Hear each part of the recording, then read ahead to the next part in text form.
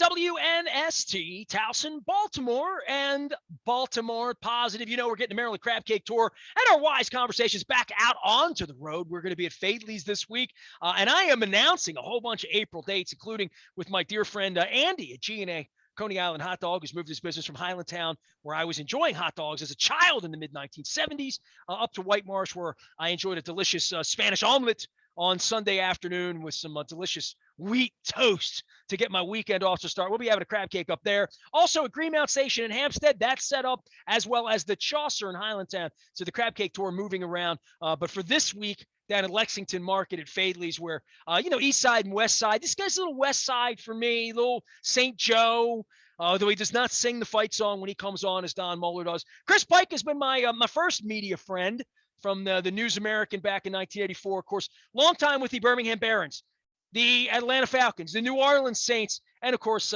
helping us out around here, as well as the Pro Football Writers Association, the Bahamas Bowl. And now back in Baltimore, where, the one thing I get out of this whole Deshaun Watson story, Chris, and you can follow Chris at Blog and Tackle out on the social media places, is that it feels like this is going to lead the Browns into some awful dark space that's going to allow them to be a perennial 3 there used to be 3-14 until it's 3-15 when they get the next game in, that the Browns will stink because of this. How are you? Welcome in. Nothing going on, just guaranteed $230 million being thrown around, right?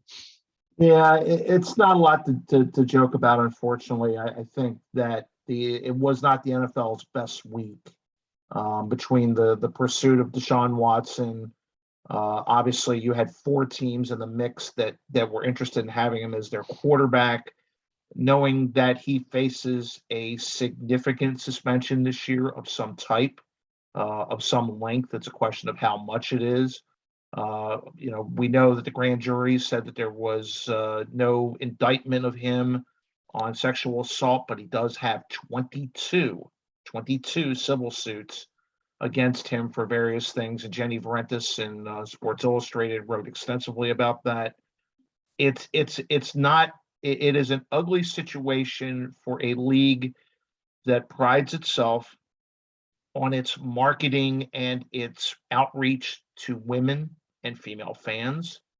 And in a market like Cleveland, and I know that people in Baltimore, there's a longstanding rivalry with the Browns. But again, you could have a situation, you could put Deshaun Watson in any city in America, and you would have, I think, the type of reaction that we saw out of fans in Cleveland, out of businesses in Cleveland. Businesses are going to have to make decisions about whether they stay with the Browns, much like there are companies that have made decisions about the Washington football team in recent weeks. And no matter what you say in statements, and the Browns had several statements from ownership, head coach, general manager. Who did they talk to? How much did they vet Deshaun Watson and those allegations? What did they take into consideration? Because there are people who have been involved in that who said they were not talked to by the Browns in this. But again, money trumps all. And there were 3 other teams in line, right? Right, and it's going to be a bad look when you give a guy a guaranteed contract, but you make sure that first year's deal, the first year's money that he gets, his actual playing salary, is minimal, so that any fine that he gets, or actually any suspension where he misses game checks, is going to be of minimal effect to him. Talk about something that's not in the spirit of what you're trying to do, what the league is trying. It's not in the spirit of what they do, literally. It is not in the spirit of what they do. And I will say this, his agent worked very hard to get him the best offer that he could get. And he had 4 teams who were very interested in him. And I'm sure that he was able to go back and forth and say, well, listen, we get this much guaranteed, because all the tea leaves pointed at a team in the NFC South. It pointed at the Saints, and it pointed at the Falcons. And those teams basically fell over themselves over their veteran quarterbacks that they have, especially in Atlanta with Matt Ryan, in order to get him on the roster. So they alienated the people that they already had in place at the position to try to get him. And the agent was playing them once Cleveland came back, was supposedly out of the running, and said, "Oh, by the way, we're going to guarantee that whole $230 million sold. I'm going to Cleveland." Okay, it's when they say it's not about the money, it's always about the money, and that's the shame of it. And the Browns are going to have some repercussions out of this, business wise, fan wise. There are going to be a lot of people going to be very uncomfortable with this. I actually do feel for the true fans of the Browns that are having an issue with this, but that's the way the NFL works. It's the same issues we had in Baltimore when the Ray Rice situation came up, and in other markets. Ray Caruth. I mean, you can go down the list here. Well, Okay. by the way, Chris Pike is our guest, blog and tackle, my life for pal. But more than that, let me upsell you a little bit into this because much like Don Moeller, you and Kevin Byrne and people would be familiar, anybody in PR or front-facing management or corporate communication, which is what my degree was in, believe it or not, corporate communication from University of Baltimore, to be on that side of the fence.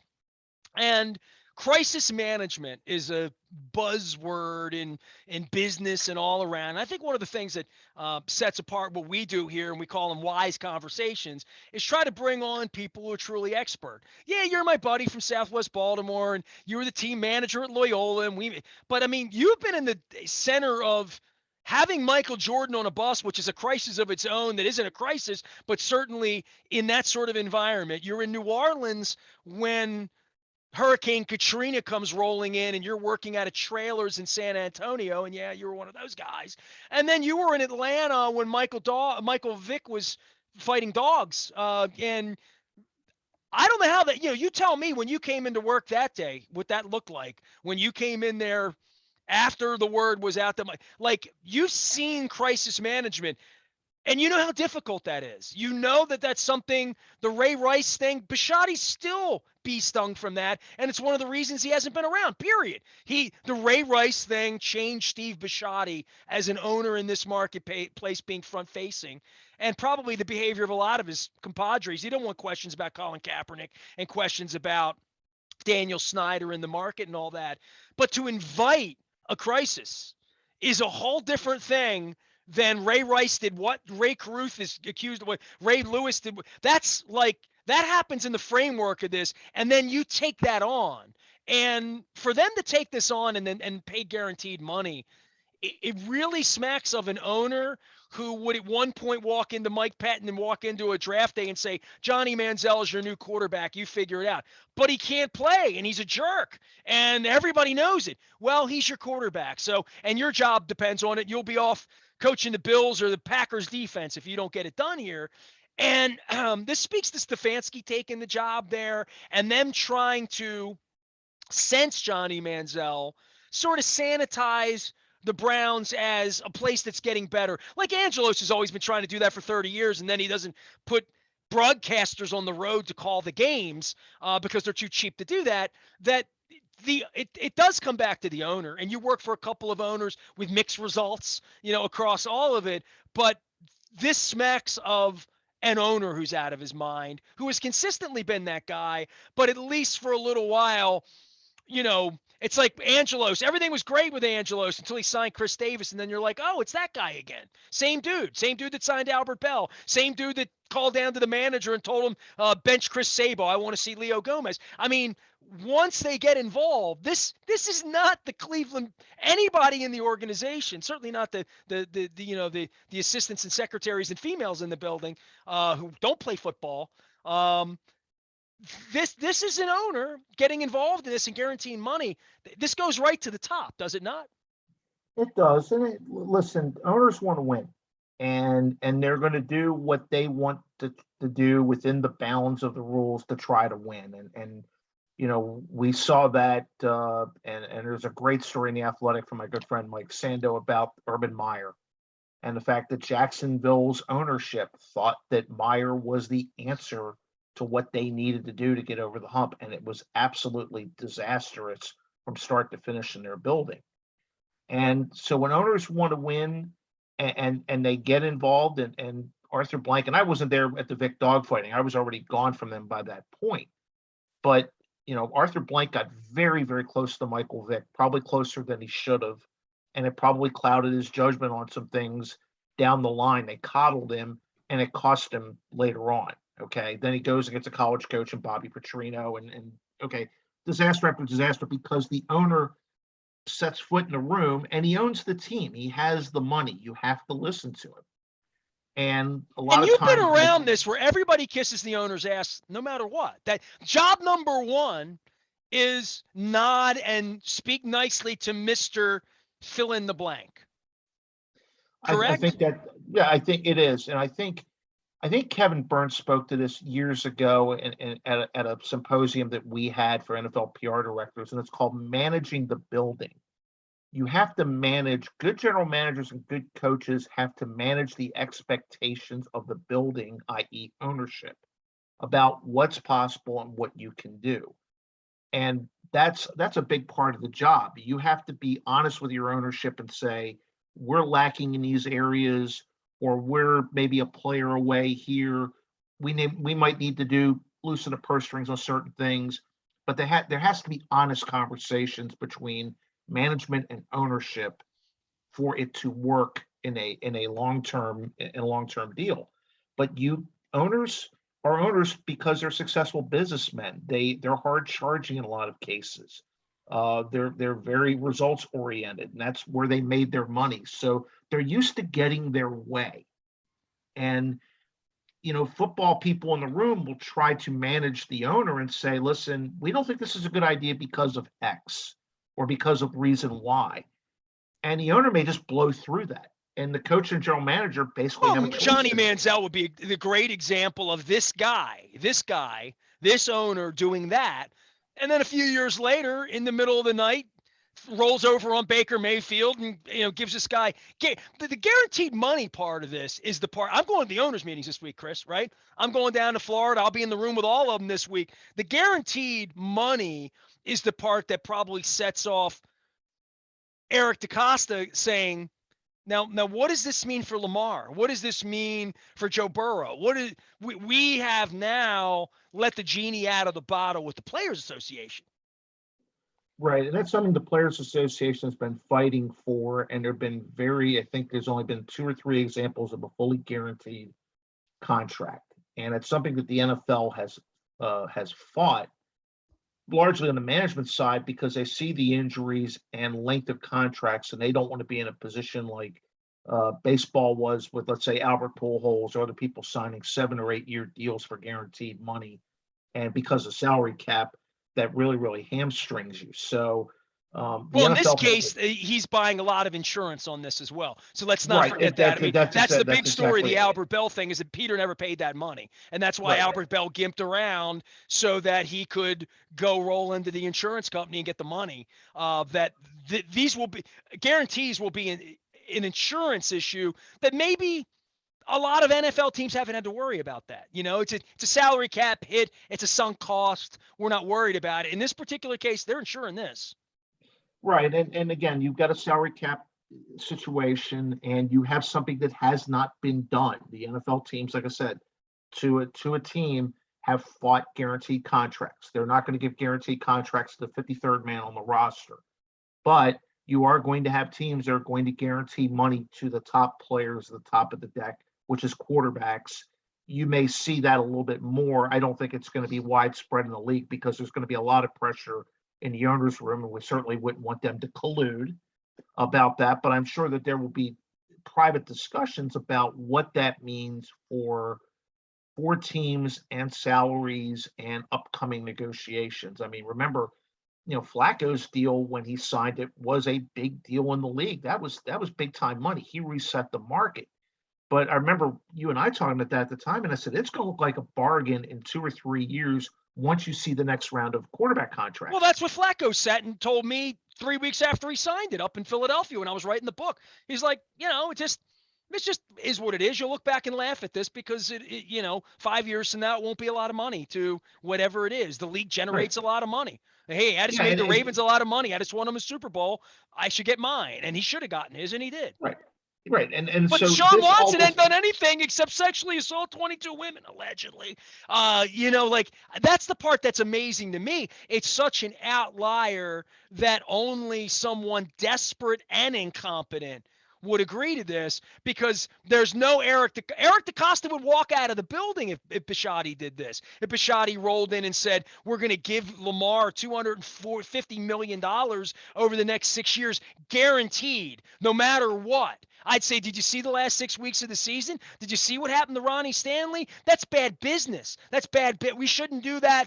If it's Ray Lewis, we shouldn't do that. Guaranteed money in that particular case. If I own the team, or if the way the league works, it's outrageous. I mean, it's an incredible thing that this guy had that. They didn't give Patrick Mahomes this, right? Like, that this guy would have these allegations. It does speak to who they allow to own these teams and what the outcome is with an organization like the Browns. It's a perennial loser. Look at what they did to Baker Mayfield. Like, just that alone says, do I want to play there?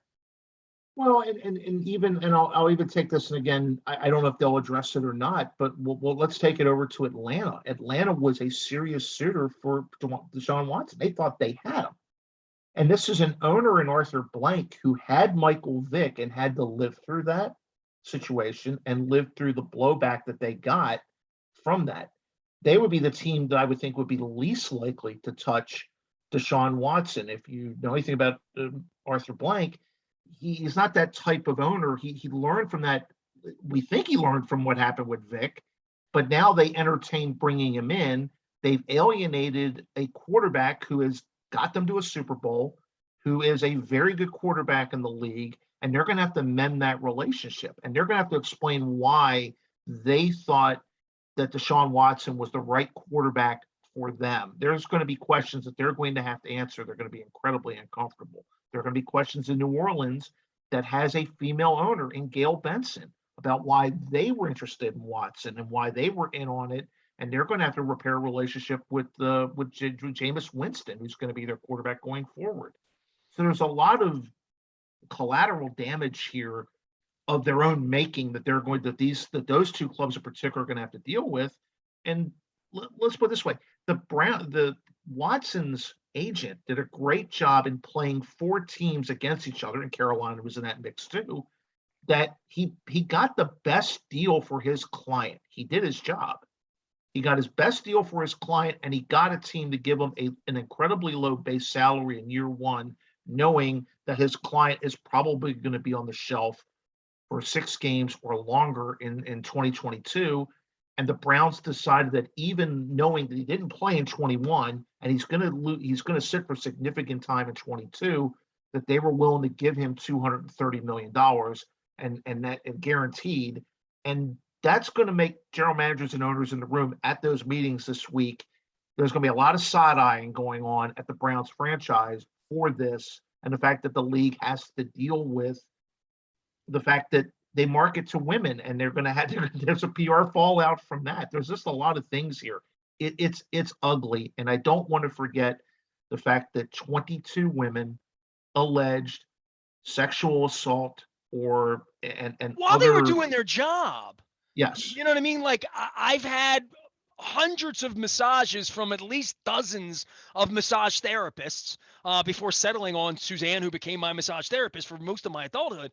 But like, it's despicable to think it could happen once. It's beyond a trend at 22, and just all this to me was one awful organization, the Texans, doing business with another awful organization, and the Texans, the neighbor, the lawyer, the 22, like all the allegations, the racism, like all of that rolls out of all of this, it stenches up the Texans as well. To me, all along for this, that this was going on, under their noses, and they've been the forgotten ones. I mean, I said all along, if I was going to hire Deshaun Watson, I said to Dennis Kalai, I said this to a couple of my business associates here who sponsor me.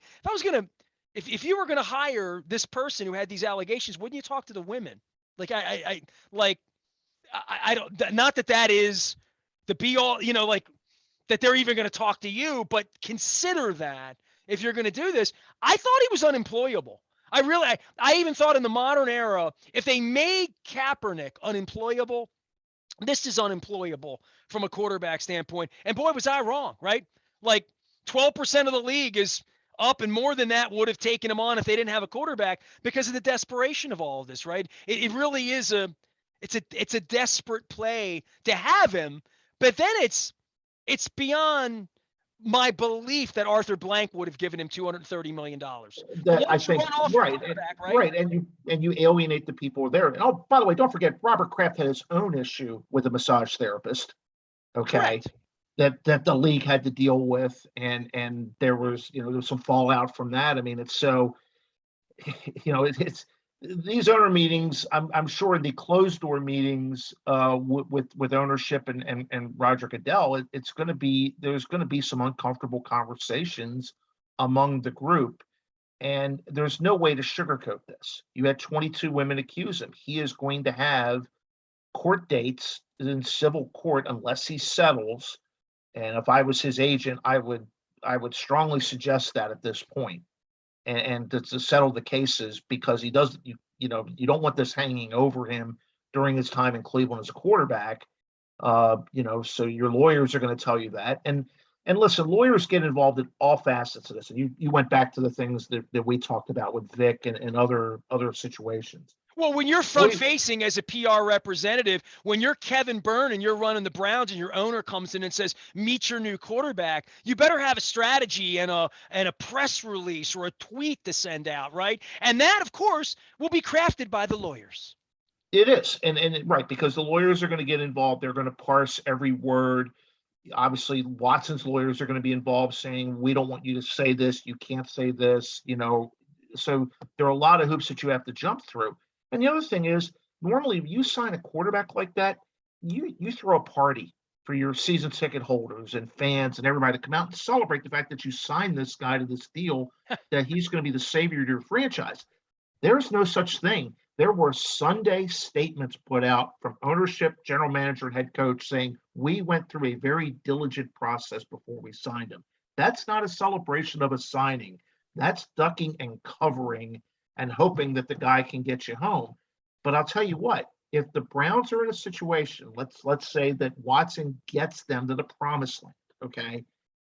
I guarantee you that the run-up to those big games, whether that's an AFC Championship game or a Super Bowl for them sometime down the future, those questions are all going to come rebounding back to management, ownership, and Watson. They're not going to be able to stop the questions. They're not going to be able to stop, especially if these lawsuits continue on into his career. So this isn't something that goes away because he signed with them. It is something that's going to be on the minds of reporters and others, especially if the Browns do what they're paid Deshaun Watson $230 million to do. For the football side of this and the Ravens and bringing it onto the field, because we do love that. Chris Pike is here from Blog and Tackle, and of course, my Lifer Media pal. You can find him out on the Twitter thing, opining about lots of things, including March Madness over the weekend. The football side for the Ravens the last couple of weeks, this has been an interesting time in getting ready for the draft, and they've spent some money on some players they like. There's been a nice little haul and some questionable things with Bradley Bozeman out and, now Patrick Ricard back in. So all of these things are happening in these moving parts. That with the backdrop of spring training, March Madness, for guys, silver-haired guys like you, and there's some silver in there if I let it go a couple days, that we're old enough that this almost feels normal, dude. Like to some degree. I went to see Dear Evan Hansen the other night. I went down to the Warner Theater in Salt Sticks the other night. I'm going to the owners meetings this weekend. That there's a normalcy to all of this, and it's exciting. It's an exciting time for sports to be a sports fan. It is. It's a March and April, between March Madness, the start of baseball, the Masters. You have a lot of events that are going on. The NFL is never out of season. We've learned that here between free agency and the draft. So there are a lot of things that compete for eyeballs and viewers and listeners and in all mediums. And it's great for those leagues. And of course, oh, by the way, the NBA and NHL are coming down the stretch of their regular seasons. So there's a lot of competition for that dollar and your attention. And if you're a sports fan, regardless of what you root for or enjoy, there is something for you in that period of March 1st, April 30th that it can get you excited about being a sports fan again. Chris Pike is here. We're hanging out. And anything you got on March Madness? The Cinderella slipper and all of that stuff. And obviously, the weirdest backdrop of all of this, all my years as a Terp fan, and you're a Terp fan, right? Despite being a Loyola guy, right? You're a Turtle guy. I'm an observer. I'll say that. Okay, you've been an observer. There hasn't been Terp head coach hiring speculation while my brackets are burning on day 3 of the tournament, right? Like, this has been a really weird thing, the Terps hiring a coach, because they don't do it all that often.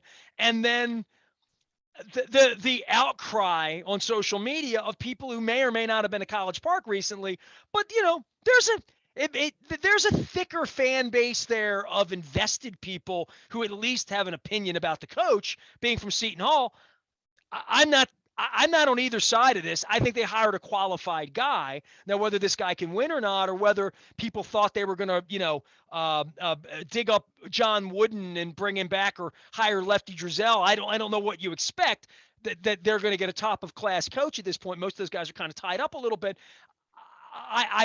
I'm wait and see, but I'm wait and see on Maryland as a Big Ten program, where they are, what Gary did that was 20 years ago now, that this is where they are, where they are, not where they think they are. Right. I think there's always a disconnect at larger programs that have had success between what the alumni and the big donors think they should be as opposed to where they are. Okay. I lived in the Southeast for over, almost 2 decades. I look at Auburn football here. They had some issues with their coach that they were trying to run out because they think they could do better than them. But it's, Auburn's won national championships recently. So you have alumni, the 2 big alumni down there thought they could do better than the guy they had. And they were putting pressure on the board of trustees and other people. Maryland is, and the last guy screwing up government, but that's another story altogether. Right. And so you have a situation in Maryland where you have an alumni base that thinks that, that they should be at a much higher level. And it is hard to get those top coaches to leave their programs. Okay. If the reports are to be believed, Mike Bray at Notre Dame was in that mix.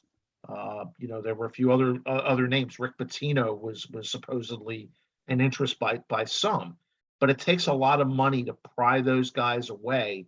But it also takes a lot of money, what they have to spend in infrastructure, which is coaching. They obviously have a very good practice facility. They have some of the things they need to compete in the Big Ten, recruiting budgets, all those things there. And I'm sure that Kevin Willard will be a good coach at Maryland. It is a tough market. The DMV is highly recruited by coaches in the Northeast. Villanova has come in and plucked out players from Mount St. Joe. Cam Whitmore, one of my other things with the Baltimore Catholic League. Cam Whitmore was our player of the year back-to-back seasons. He's going to Villanova next year. Jay Wright has come into this area and has plucked players out. And so Kevin Willard's job is going to be to take a look at what is in this area and keep those kids home. Can you do that? Okay. And that's what it's going to take to be successful, because there are very good players in this market. He obviously has success in recruiting at Seton Hall in the areas of the Northeast. He'll keep doing that there, but he's got to look at that area that's around him, rich in basketball talent, the DC area that had problems and left these later years. And they had a little bit more success under Gary getting players to stay home. But that's what they need to do, because they do have great players here, and they can't have those players being plucked out to play at Villanova or Rutgers or other, the Big East schools, UConn, whatever that is. I remember the old days when it was just Georgetown and Wake Forest, right, and Florida State. Right. Yep. And so now it's a whole different game. So, it's going to be a task. Put UMass in there too. They had Dingle and Bright, but that was all Calipari thing. Right. And so it's a much different recruiting game. And now, and the other thing is the one thing that has changed since Gary's time is the transfer portal. You can be very good very quickly. My old school, UAB down in Birmingham, and Andy Kennedy, who was a great player for us, who just came back as head coach, he won at Ole Miss, which is hard to do. Okay. Ole Miss finally gets him out of there after he won a conference championship. He goes to Birmingham 2 years ago. He's got to play with what he's left with. He completely guts that roster, goes to the transfer portal and brings in 5 guys, 5 starters, basically out of the portal, and he gets them to the NCAA tournament. They ran into a buzzsaw, in the first round against Houston.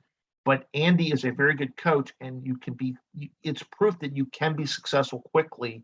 And so what Kevin Willard's going to be able to do in that portal to find talented guys who can come in and help you win right away and sort of turn around what Maryland basketball's been the last couple of years under Turgeon and Danny Manning. Well, he's probably thinking, I'm recruiting these kids trying to keep them out of Maryland and get them here. If I had a Maryland badge on, maybe I get 2 of those kids every year. And if I can get those kids, I can go out to Iowa and win.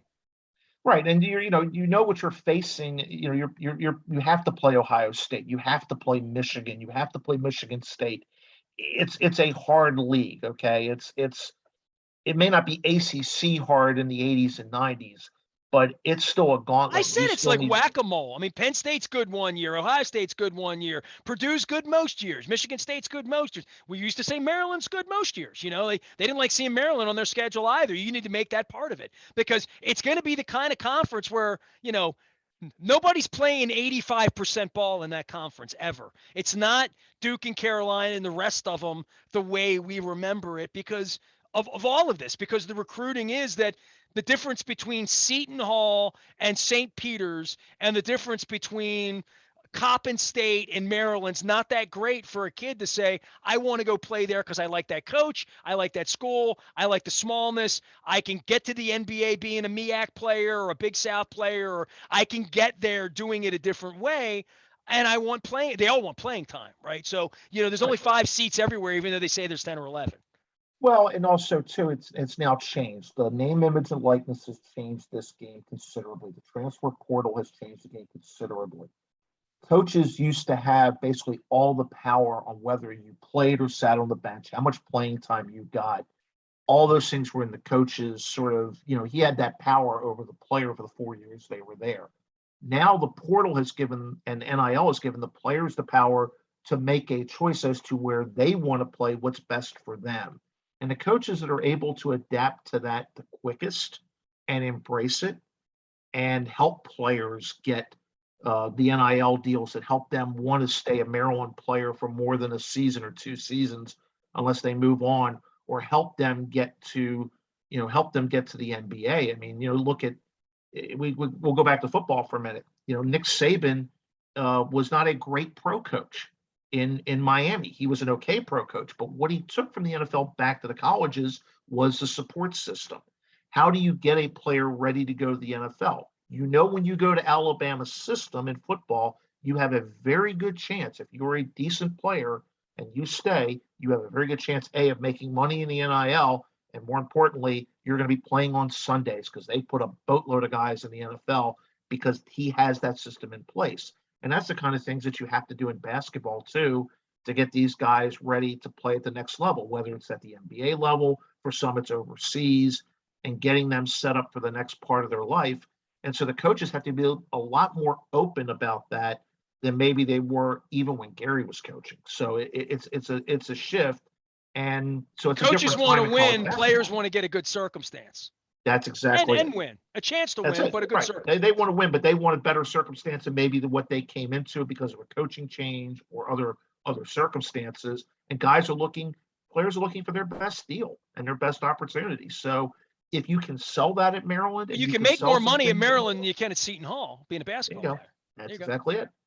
We used to say that about Kentucky, and then they lost.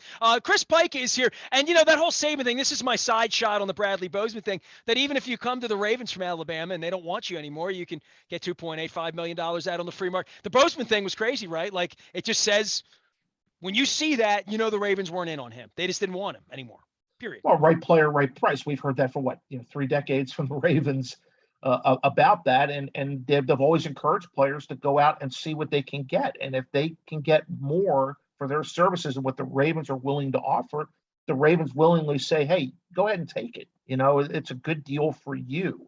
We're not going to try to hold you to something that's not a great deal if you can do better. I think what the Ravens did that with Ray Lewis and Ed Reed towards the tail end of their careers. Go out and see what you can get on the open market. and some came back and some didn't. And Bozeman didn't come back because he got a great offer from another team. Chris Pika, he's got a great offer from WNST and Baltimore Positive to hang out here and be a part of what we're doing. It's always good to see you, man. Good to visit with you and certainly talk about, I think about guys like PR guys. I think of you and Moeller. I call you PR guys, the way they call me a radio guy or whatever. When these sort of things happen for the league and I go down to the owners' meetings, you and I'll put a little short list together of all the things I need to discover this weekend at the NFL owners meetings. But this should be a wild one. It's been a couple of years since I've been there, and I know you know what I'm talking about. It's been a couple of years since they've been in person together, since before the pandemic. So I'm sure they've got a lot to discuss. A lot of things on the table, and I'm sure, like I said, getting 32 of these people in a room to discuss some of those issues, some of which we'll never hear about, some of which we might. It's always interesting to see, where the league is and the health of the league. But there are some serious questions that they're going to have to discuss this coming week. Chris, you have a very unique writing style, and I knew that sadly early in the morning over the weekend when we lost John Clayton, that the tweets that came from the Pro Football Writers Association had your mark all over them. Yeah, John was unique to me because he was such a celebrity when I met him, and I guess I've known John 2 decades. I back the time. I don't even know exactly when that happened, but when I met him, he knew who I was. He was so into the NFL, and I guess maybe he knew me through the Ravens, or knew me from Baltimore, or knew me because he was in radio, or knew me because I was, involved. And he always called me nasty. Always, I loved hearing him say that. I could hear his voice saying it, and he was just such a sweet guy, and he took a shine to my wife and I at owners meetings. And of course, his wife was battling ALS and in a chair by the time I got to meet Pat. And I went through the text that I have with him when we lost him, and he was always trying to get me to try new apps to broadcast with. He was over, and I could read through the apps, but he's like, "You got to get this new app. This app, it's going to change your life, Nasty. It's going to change your life." And you know how he was. So just anything on, because I think people would think it's strange that I knew him so well, but I did, and it shook me. Well, John was a character, but he was a hell of a reporter. And I think everything that you read, and I encourage folks, one of his great friends who is a member of the PFWA board, Mike Sando out in Seattle, who succeeded John as the Seahawks beat writer. He and John were very, very close friends, and his remembrance of John, I think, is the best one I've seen yet, as to the what made John Clayton tick and why people loved him so much. And I think part of it is that what you saw on TV, what you heard on radio, what you read when he wrote in the newspaper, it was uniquely him. He was someone who kept a lot of information in spreadsheets. He wanted to learn as much as he could about the league and try to impart it to fans so that you understood the business of the game almost as much as what went on on the field. And he was a trusted, confidant to many among reporters.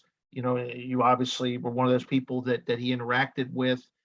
But everybody has a John Clayton story. Everybody has a great remembrance of him. He was just good people, and what he did with his wife and taking It her takes around your everywhere. words away. Yeah, If yeah. anybody I mean, witnessed it, she it has was MS. unlike anything I've ever seen. Yeah, she has MS, but he took her to every Super Bowl owners meetings, and was a caregiver to her, and was able to do his job.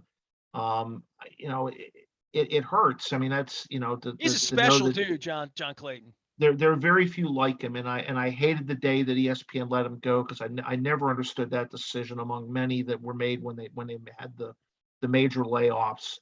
I think that hurt him, and I think that hurt the company. But John never stopped working. I mean, he was on the sidelines of the Seahawks radio network. He never stopped working I He never never stopped stopped learning. learning. He was learning apps Right. and bringing them over to try to help me make my life better and my He radio he station wanted to better. learn as much as he could about the league and be able to just impart that information because he never knew where that information might lead him on a story. If not that day, maybe in 6 months or a year or 2 years.